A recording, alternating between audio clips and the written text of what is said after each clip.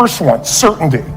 Now, these are not goals or desires, these are universal. Everyone needs certainty that they can avoid pain and at least be comfortable. Now, how do you get it? Control everybody, develop a skill, give up, smoke a cigarette. And if you got totally certain, ironically, even though we all need that, like you're not certain about your health or your children or money, you don't think about much more. You're not sure the ceiling's gonna hold up, you're gonna listen to any speaker. But while we go for certainty differently, if we get total certainty, we get what? What do you feel if you're certain? You know what's gonna happen, when it's gonna happen, how it's gonna happen, what would you feel? Bored out of your mind. So God, in her infinite wisdom, gave us a second human need, which is uncertainty. We need variety. We need surprise. How many of you here love surprises? Say aye. You like the surprises you want. The ones you don't want, you call problems, but you need them. So variety is important. Have you ever rented a video or a film that you've already seen? Who's done this? Why are you doing it? You're certain it's good because you read it before, saw it before, but you're hoping it's been long enough you've forgotten enough there's variety. Third human need, critical, significance. We all need to feel important, special, unique. You can get it by making more money. You can do it by being more spiritual. You can do it by getting yourself in a situation where you put more tattoos and earrings in places humans don't want to know. Whatever it takes. The fastest way to do this, if you have no background, no culture, and no belief in resources or resourcefulness, is violence. If I put a gun to your head and I live in the hood, instantly I'm significant. 0 to 10, how high? 10. How certain am I you're going to respond to me? 10. How much uncertainty? Who knows what's going to happen next? Kind of exciting. Like climbing up into a cave and doing that stuff all the way down there. Total variety and uncertainty. And it's significant, isn't it? So you're willing to risk your life for it. So that's why violence has always been around and will be around unless we have a consciousness change as a species. Now, you can get significance a million ways, but to be significant, you got to be unique and different. Here's what we really need. Connection and love, fourth need. We all want it. Most people settle for connection because love's too scary. Don't want to get hurt. Who here has ever been hurt in an intimate relationship? Say aye. And you're going to get hurt again. Aren't you glad you came to this positive visit? But here's what's true. We need it. We can do it through intimacy, through friendship, through prayer, through walking in nature. If nothing else works for you, get a dog. Don't get a cat, get a dog. Because if you leave for 2 minutes, it's like you've been going for 6 months when you show back up again 5 minutes later, right? Now, these first four needs, every human finds a way to meet. Even if you lie to yourself, even if you have split personalities. But the last two needs, the first four needs are called the needs of the personality, is what I call them. The last two are the needs of the spirit. And this is where fulfillment comes. You won't get fulfillment from the first four. You'll figure a way, smoke, drink, do whatever, meet the first four. But the last two, number 5, you must grow. When you start thinking there is no future, you go into what we call learned helplessness, a place where you just kind of give up. And if you get to that place of giving up, then you have no power over your life. That's when people get depressed. That's when people do crazy, stupid things. That's when people want to turn to drugs or alcohol or sometimes suicide or just total frustration and anger, and their life starts to do the opposite of a breakthrough. It becomes completely stuck and in pain or in ongoing suffering. If you and I are going to break out of that, we got to see it as it is. We're not here to be positive thinking people. You got to see what's really going on.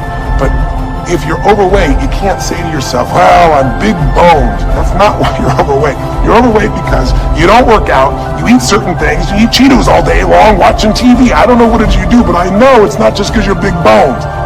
You don't want to make it so it's outside your control or you can't change it. So see it as it is, but don't see it worse than it is so that you have no reason to try. Does that make sense? That's the first step. Step 2, get to the real truth and deal with it. Don't just see it as it is, and not worse than it is. Don't just balance it, but now get to the truth. I mean, listen, if the truth is you've been trying to get a job for 2 years and you truly have worked every day in a particular industry, and the number of jobs in that industry has shrunk down, and you really aren't getting that job, then you might have to look at the truth. The truth is you might have to retool. You might have to say, gosh, the industry I'm in is gone. I mean, gross, simplistic example, but for years, vinyl records were around for 85 years. It was a gigantic industry. And things came and went. During the vinyl record time, what happened? Well, remember those 8-track tapes? Are you ancient enough to remember those things? Maybe you know somebody remembers those things. These big boxes, you push them in and out. Yeah, 8-tracks came and went, vinyl records were still here. And then cassette tapes came, right? And cassette tapes were smaller and more compact and more convenient and more seemingly indestructible. And they came over here, and vinyl records were still selling like crazy. If you had a job in vinyl records, you kept them. But then a little thing came along called the CD. And when that happened, almost overnight, you saw an entire industry, been around almost a century, was gone. If you were the guy that worked in the vinyl record factory and knew everything about it, it was the second generation, didn't matter. It was over. And now we laugh about a CD, right? Because everything in this digital world you can have instantly. Who wants to put on a CD? Pretty rare, still available. In vinyl records, maybe there's a small market of people that are collectors, but it's gone. My point is, if you're in the vinyl record business, you got to tell yourself the truth. You got to see it as it is, not worse than it is, but you also got to get the truth and deal with it. You got to deal with the cards you're dealt. You're going to have to retool. You're going to have to change something. You might have to move.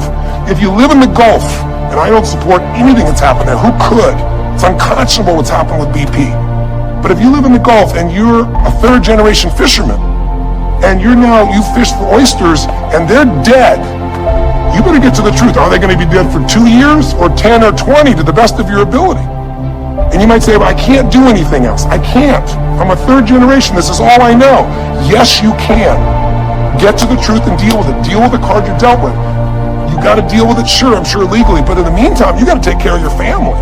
I'm not saying this off the cuff easy because I've been in those situations where it's impossible, it's unjust, it's wrong, but I still got to deal with it just like you. Am I making sense? It's like, you might say, I have lived here more. You might have to move. You might have to fish someplace else. You might have to, I know you still got to deal with all the consequences, but you got to take back control of your life. Drive. That's this puppy right here. This is what you want. This is your prefrontal cortex. Drive is the mode where you're in charge of your thoughts. Okay? It's where you are fully awake, you are present, and you are driving your thoughts and actions. When you're doing that, your prefrontal cortex is active. The prefrontal cortex is the part of the brain that you need in order to learn new behavior, in order to do something difficult, in order to do something uncertain, in order to do strategic thinking. So I'm going to give you an example. So I'm a righty.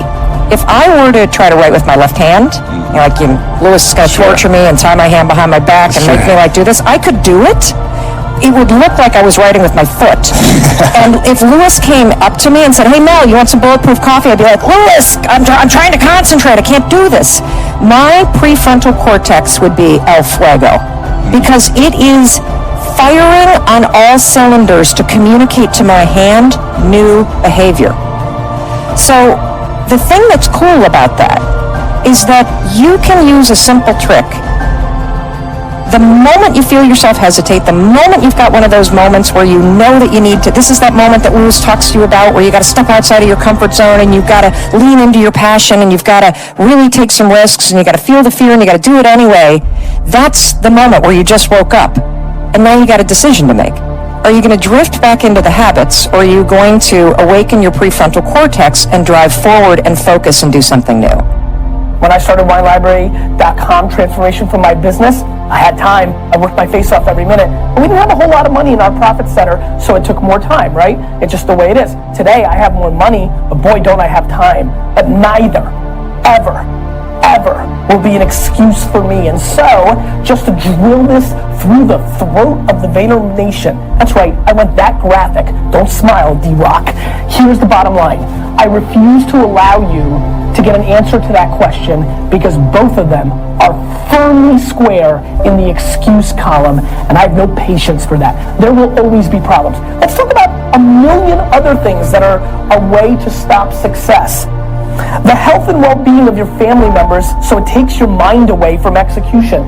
The country you live in's government and political, concepts at these moments, a la startups in China that I've invested in that got traction, but then people that were wired into the government decided to not allow it to happen, and then the startup disappeared. Not as easy to be an entrepreneur there. It's still a communist country. Sorry, it just is. And so all these things can be problems, right? There's a competitor with $1 billion who's also skilled and punches you in the mouth and knocks you out in the first round, right? The world changing. I mean, there's just a million obstacles, right? The media, one bad coverage of you, a moment in time. You know what I think about a lot? Let's get really real. This is why we did this show. I'm a human being. And I always think about a moment in time. What if I just say the wrong thing at the wrong time?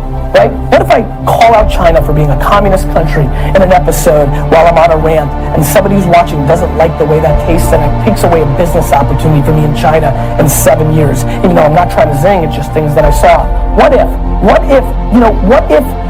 I look down on my phone while I'm driving, I've really not done that, and I hit somebody and I kill them, and that becomes the story, and they're like, forget about the story about what you think of me, I will never recover from that because I killed somebody because I needed to check a tweet. These are moments in time. So there are so many things that can keep you from being successful, right?